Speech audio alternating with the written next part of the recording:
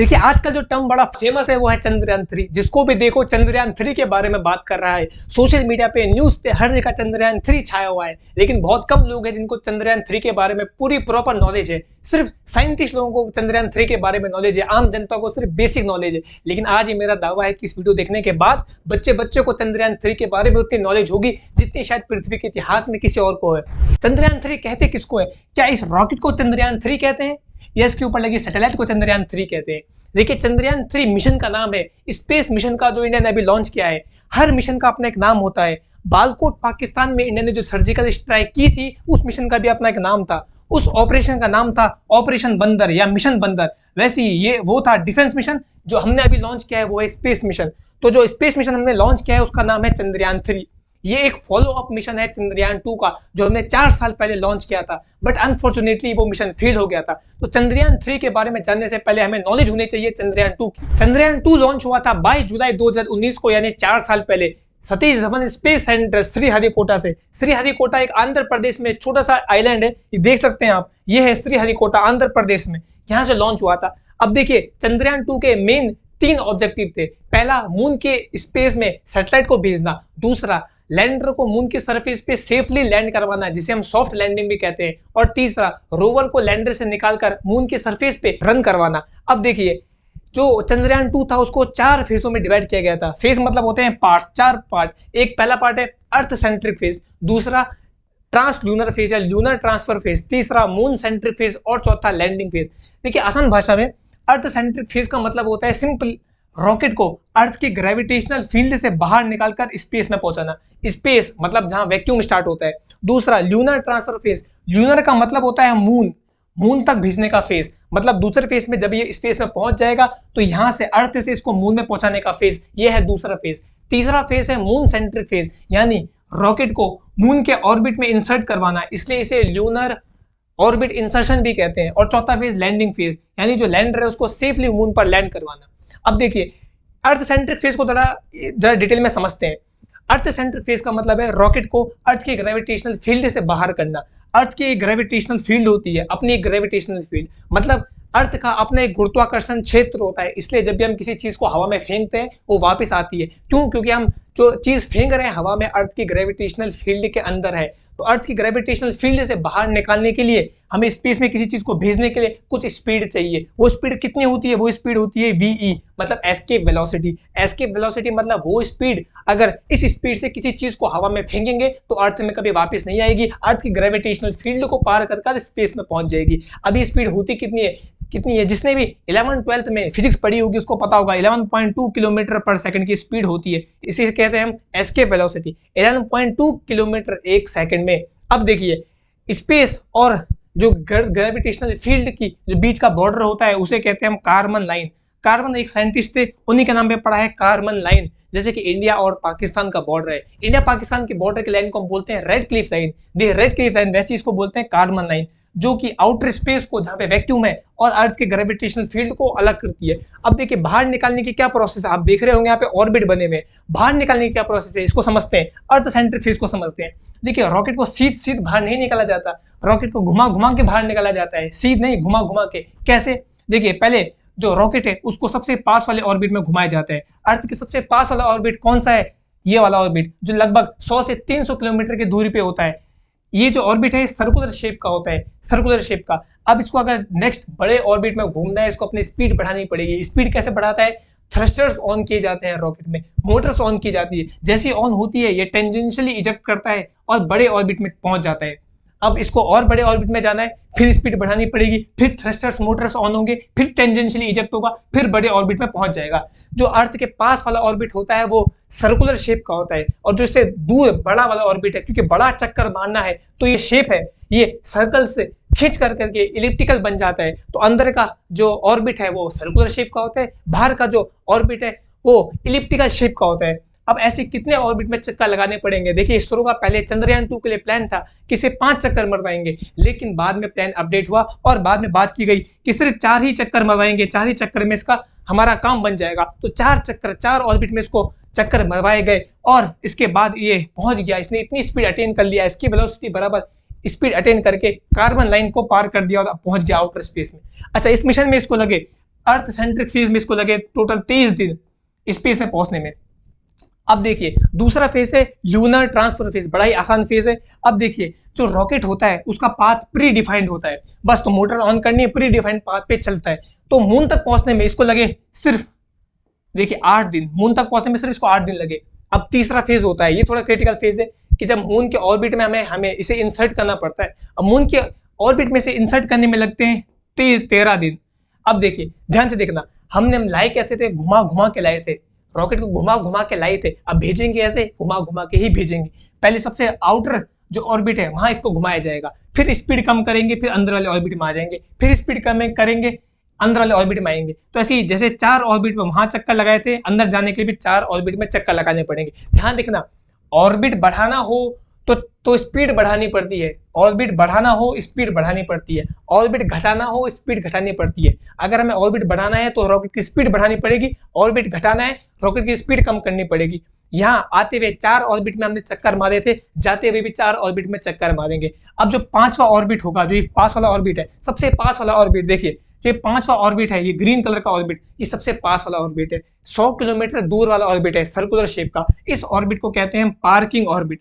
जैसे पार्किंग का मतलब क्या होता है, जहां गाड़ी खड़ी होती है, यहाँ हमें गाड़ी खड़ी नहीं करनी है, यहाँ हमें सैटेलाइट खड़ी करनी है। खड़ी का मतलब है सैटेलाइट को लॉन्च करना है।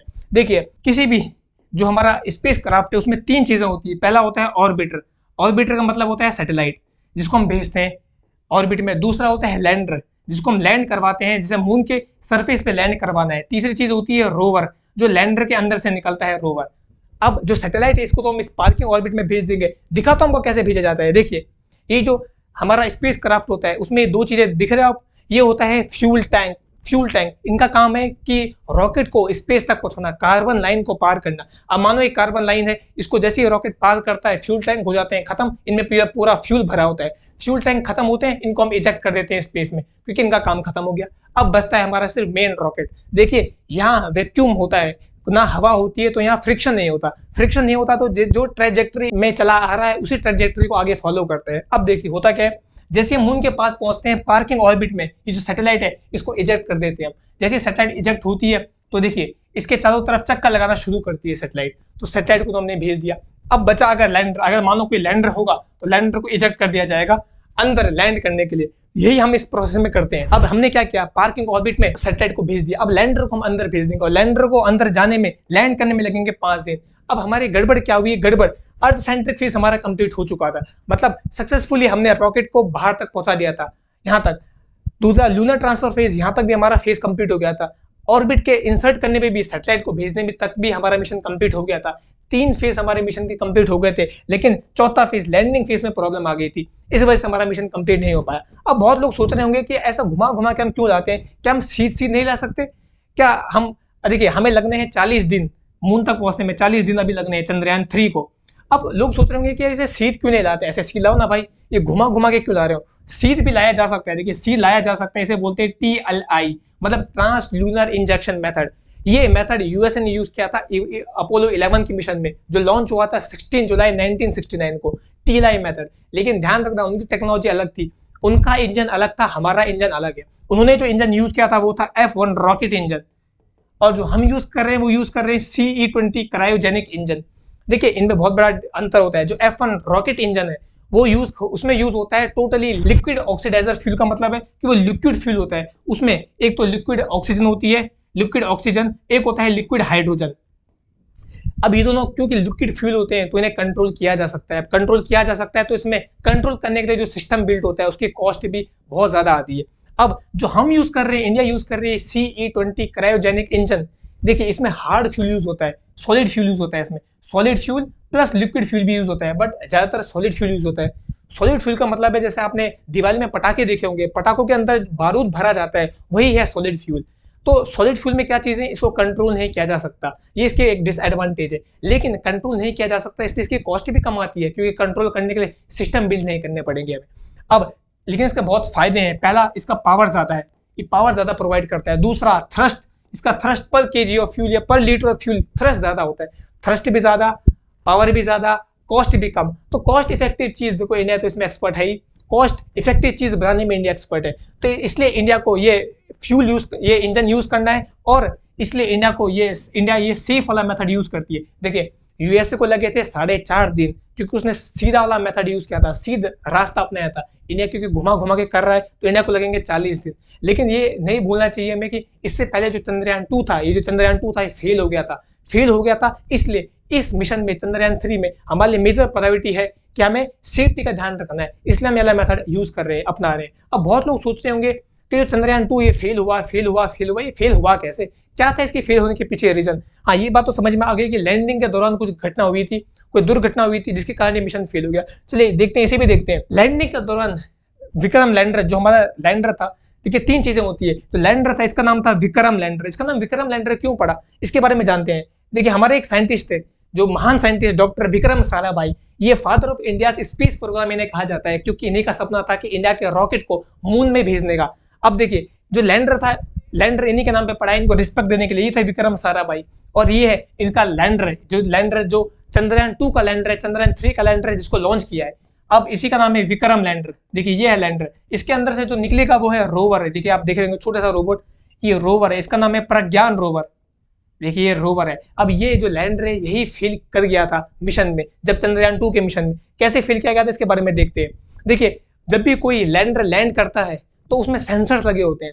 सेंसर्स क्यों लगे होते हैं भैया, जब भी हमें लैंड करना है, अब हम बैठे हैं अर्थ में, हमें हमारा जो लैंडर है वो लैंड कर रहा है मून में या मार्स में, तो उसमें सेंसर्स लगे होते हैं। एक सेंसर होता है जो टेम्परेचर मेजर करता है कि टेम्परेचर कितना है, एक जो सेंसर होता है वो हाइट मेजर करता है, एल्टीट्यूड, कितनी हाइट पे अभी हम पहुंचे हैं। ऐसे एक सेंसर होता है जो एलिवेशन मेजर करता है कि क्या एलिवेशन होना चाहिए। क्यों एलिवेशन मेजर करता है, देखिए चांद जो होता है, चांद की सरफेस वो प्लेन तो होती है नहीं है। देखिए चांद की सरफेस में ऊबड़ खाबड़ सरफेस है। ये जो पत्थर दिख रहे हो आप, ये इग्नियस रॉक, ये मोल्टन मैग्मा वोल्केनो का जब ठंडा होता है उससे ये रॉक बनते हैं, बहुत हार्ड रॉक है। और चांद की सरफेस प्लेन नहीं होती, ऊबड़ खाबड़ होती है। देखो ऊबड़ खाबड़ सरफेस है चांद की, ऊबड़ खाबड़ सरफेस। और कहीं कहीं पे तो देखो चांद की सरफेस में गड्ढे भी है। तो अगर गलत लैंडिंग हो गई तो पूरा जो हमारा लैंडर है वो टूट जाएगा, क्रैश हो जाएगा। और ऐसा ही हुआ। देखिए ये होता है हमारा लैंडर। लैंडर में होते हैं 4 लेग्स, ये 4 लेग है इसके, 4 पाँव जिसमें लैंड करता है। और इतना बड़ा हमारा होता है लैंडर। ये जिसका जब रैंप खुलता है इसके अंदर से निकलता है रोवर। अब देखिए ये इतना भारी सिस्टम है, भारी सिस्टम, अगर ये सही जगह पे लैंड नहीं होगा तो क्रैश हो जाएगा। अब होता क्या है, हर इसमें जो लगा होता है सेंसर जो एलिवेशन मेजर करता है। तो एलिवेशन देखिए इसने एंट्री कैसे की, टेढ़े में एंट्री की। लेकिन देखिए अपने को सीध करते करते, इसका जो सेंसर है अपने को सीध करते करते जब ये बिल्कुल सीध हो जाता है, सीध, तब जाके लैंड करता है। तो ये एक जगह ढूंढता है, ये बिल्कुल प्लेन जगह, ये जेज़रो क्रेटर, ये मार्स में। जब ये सीध जगह ढूंढता है, ये भी एक सेंसर चेक करता है, सीध जगह ढूंढता है। अपने को देखो एंट्री कैसे मारी इसने टेढ़ी, लेकिन अपने को सीध करते करते इस सीध करने वाला सेंसर, यही है इसका एंगल सेंसर, ये खराब हो गया था। अब देखिए अगर सेफ लैंडिंग करनी है तो उसको बिल्कुल सीध रखना पड़ेगा। एंट्री तो इसने देखिए टेढ़े में की थी, लेकिन ये सीध हो गया। उसके बाद इसे बोलते हैं सेफ लैंडिंग। इसके 4 लेग्स हैं, इसे बोलते हैं सेफ लैंडिंग। लेकिन इसका यही सेंसर खराब हो गया था। ये सेंसर जो है, इससे हमारा सिग्नल लॉस हो गया था। इसरो का इससे कंट्रोल खो दिया इसरो ने। अब क्योंकि कंट्रोल खो दिया तो ये कंट्रोल से बाहर हो गया और सही एंगल सेंस नहीं कर पाया, जिसकी वजह से टेढ़े एंगल में ही लैंड किया और क्रैश हो गया। तो ये कारण था चंद्रयान 2 के फेल होने का। चलिए देखते हैं चंद्रयान 3 के बारे में। देखिए चंद्रयान 3 इसी महीने 14 जुलाई 2023 में लॉन्च हुआ है। ये फॉलोअप मिशन है चंद्रयान 2 का। जो कमी चंद्रयान 2 में रह गई थी, जो फेलियर हमें देखने को मिला था, उसको ओवरकम करने के लिए हमने चंद्रयान 3 लॉन्च किया है। देखिए चंद्रयान 3 3 फेज में डिवाइड है। चंद्रयान 2 ध्यान रखना 4 फेज में डिवाइड था। चंद्रयान 3 3 फेज में डिवाइड है। इसमें जो लैंडिंग फेज है वो हमने मून सेंट्रिक फेज में ही ऐड कर दिया। तो ये लैंडिंग फेज है, इसे टोटल 40 दिन लगेंगे मून तक पहुंचने में। अब देखिए जानते हैं हम रॉकेट्स के बारे में। अब देखिए रॉकेट्स क्या होते हैं, आपने कई नाम सुनेंगे, PSLV, GSLV, LVM3, SSLV। ये होता क्या है, देखो आसान भाषा में समझते हैं। LV मतलब होता है लॉन्चिंग व्हीकल। देखिए ऊपर लगी होती है सैटेलाइट, आपने देखा होगा हर रॉकेट के ऊपर कैप होती है, ये होता है सैटेलाइट। ये सैटेलाइट है। इसके जो नीचे है, ये नीचे का पार्ट, ये होता है रॉकेट। ये नीचे का पार्ट ये है रॉकेट, ये नीचे का पार्ट है, ये है रॉकेट, ऊपर सैटेलाइट होती है। इस रॉकेट को देखो, आम लोग इसको रॉकेट के नाम से जानते हैं। जैसे हम दिवाली में उड़ाते हैं रॉकेट, तो उसे उन्हें बोलते हैं रॉकेट। बट साइंटिफिकली मोर जो एक्यूरेट टर्म है वो है लॉन्चिंग व्हीकल, LV मतलब लॉन्चिंग व्हीकल, जो इस चीज को लॉन्च करता है, जो लॉन्च करने के काम आए। तो रॉकेट का एक्चुअल में साइंटिफिक नाम है लॉन्चिंग व्हीकल। अब देखिए अगर ये लॉन्चिंग व्हीकल आदमी को लॉन्च करे, इसका नाम हो जाएगा ALV, आदमी को लॉन्च करने वाला लॉन्चिंग व्हीकल। अगर ये सैटेलाइट को लॉन्च करे, इसका नाम हो जाएगा SLV, सैटेलाइट को लॉन्च करने वाला लॉन्चिंग व्हीकल। लॉन्चिंग व्हीकल का मतलब रॉकेट ही है। अगर ये किसी बच्चे को लॉन्च कर दे तो BLV मतलब बच्चे को लॉन्च करने वाला लॉन्चिंग व्हीकल। वैसे ही अगर इस सैटेलाइट को लॉन्च करता है तो SLV। PSLV का मतलब होता है पोलर सैटेलाइट। अगर ये पोल में घूमने वाली सैटेलाइट को लॉन्च करे तो इसे बोलते हैं PSLV, मतलब पोलर सैटेलाइट को लॉन्च करने वाला लॉन्चिंग व्हीकल। लॉन्चिंग व्हीकल का मतलब रॉकेट ही है। GSLV मतलब जियो स्टेशनरी सैटेलाइट या जियो सिंक्रोनस सैटेलाइट को लॉन्च करने वाला लॉन्चिंग व्हीकल। तो जो सैटेलाइट को लॉन्च करता है लॉन्चिंग व्हीकल उसे बोलते हैं PSLV या GSLV। और भी सैटेलाइट्स और भी रॉकेट्स होते हैं और भी लॉन्चिंग व्हीकल होते हैं, जैसे कि ये है LVM3। LVM3 मतलब होता है लॉन्चिंग व्हीकल मार्क 3, इसका नाम है। ये लॉन्चिंग व्हीकल है, ये यूज हुआ है चंद्रयान 2 में और चंद्रयान 3 में। ये इंडिया का अभी तक का सबसे हैवीएस्ट रॉकेट है जो कई टन वजन उठा सकता है। देखिए नेक्स्ट होता है SSLV, मतलब शॉर्ट सैटेलाइट या स्मॉल सैटेलाइट। ये होता है स्मॉल सैटेलाइट को लॉन्च करने वाला लॉन्चिंग व्हीकल। लॉन्चिंग व्हीकल मतलब रॉकेट। देखिए आप देख रहे होंगे सिर्फ इतना सा है सैटेलाइट, ये छोटी सैटेलाइट है, स्मॉल सैटेलाइट, और इसको लॉन्च करने के लिए जो पूरा बनाया गया है ये है रॉकेट, मतलब लॉन्चिंग व्हीकल। अब देखिए आप ऐसे भी समझ सकते हैं कि जो सैटेलाइट है वो है आदमी की तरह, एक आदमी जिसको पहुंचना है, कहीं जाना है, और जो लॉन्चिंग व्हीकल है ये है गाड़ी की तरह।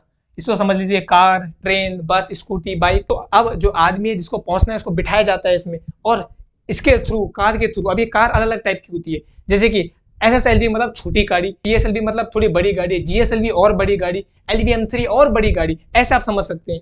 अब देखिए समझते हैं एक एक के बारे में इंडिविजुअली। जो PSLV होता है पोलर सैटेलाइट को भेजने वाला लॉन्चिंग व्हीकल। अब ये पोलर सैटेलाइट किसे कहते हैं? पोलर सैटेलाइट मतलब वो सैटेलाइट जो पोल टू पोल घूमती है। ये है अर्थ का नॉर्थ पोल, देखिए ये अर्थ का नॉर्थ पोल और ये है अर्थ का साउथ पोल। इसके अराउंड पोल टू पोल जो सैटेलाइट घूमती है उसे कहते हैं पोलर सैटेलाइट। और उसको भेजने के लिए जो रॉकेट यूज होता है उसे बोलते हैं PSLV, मतलब पोलर सैटेलाइट को भेजने वाला लॉन्चिंग व्हीकल। अब देखिए ये जो सैटेलाइट होती है पोल टू पोल घूमती है, स्कैन करती है। देखिए ये स्ट्रिप्स में स्कैन करती है, इतना हिस्सा स्कैन करती है। अब क्योंकि अर्थ घूम रही है, अब अर्थ घूम रही है तो पट्टी में स्कैन करते करते करते करते पूरी अर्थ को स्कैन कर लेती है। ध्यान देना, आप देख रहे होंगे यहाँ पे ये सिर्फ एक पट्टी में स्कैन करती है, पोल टू पोल घूमती है। देखो यहाँ देखो पोल टू पोल घूमती है। आज का टाइम पीरियड कितना होता है? ये 100 मिनट में, यानी 1 घंटा और 40 मिनट में पूरा चक्कर लगा देती है अर्थ का, पूरा चक्कर। तो किस काम आती है? जब हमें वेदर को मॉनिटर करना पड़ता है, जब हमें वेदर को मॉनिटर करना है तो वेदर मॉनिटरिंग के लिए काम आती है पोलर सैटेलाइट। और बहुत तेज ये रिवॉल्व करती है। जो इसका ऑर्बिट है बड़ा छोटा ऑर्बिट होता है, सर्कुलर शेप का। अभी मैंने आपको बताया था कि जो अर्थ के क्लोज वाला ऑर्बिट होगा वो सर्कुलर शेप का होगा, तो छोटा ऑर्बिट होगा। इसका ऑर्बिट कितना होता है? लगभग 500 से 800 किलोमीटर का इसका ऑर्बिट होता है। इतने पास ये ऑर्बिट लगाती है। अब दूसरा जो जियो स्टेशनरी सैटेलाइट होती है, अब देखिए जो जियो स्टेशनरी सैटेलाइट होती है उसका जो चक्कर है बहुत बड़ा होता है, बड़े ऑर्बिट में चक्कर लगाती है। अब देखिए जो पोलर सैटेलाइट होती है, देखिए ये ऐसे स्कैन करती है, सिर्फ एक स्ट्रिप को स्कैन करती है। अब क्योंकि अर्थ घूम रही है, ये अर्थ घूम रही है तो अर्थ घूमती रहती है, स्कैन करती रहती है, तो ऐसे पट्टी बना बना के पूरी अर्थ को स्कैन कर देती है। अब चलिए समझते हैं जियो स्टेशनरी सैटेलाइट के बारे में। देखो जियो स्टेशनरी सैटेलाइट को भेजने के लिए जो लॉन्चिंग व्हीकल यूज होता है उसे बोलते हैं GSLV, मतलब जियो स्टेशनरी सैटेलाइट को भेजने वाला लॉन्चिंग व्हीकल।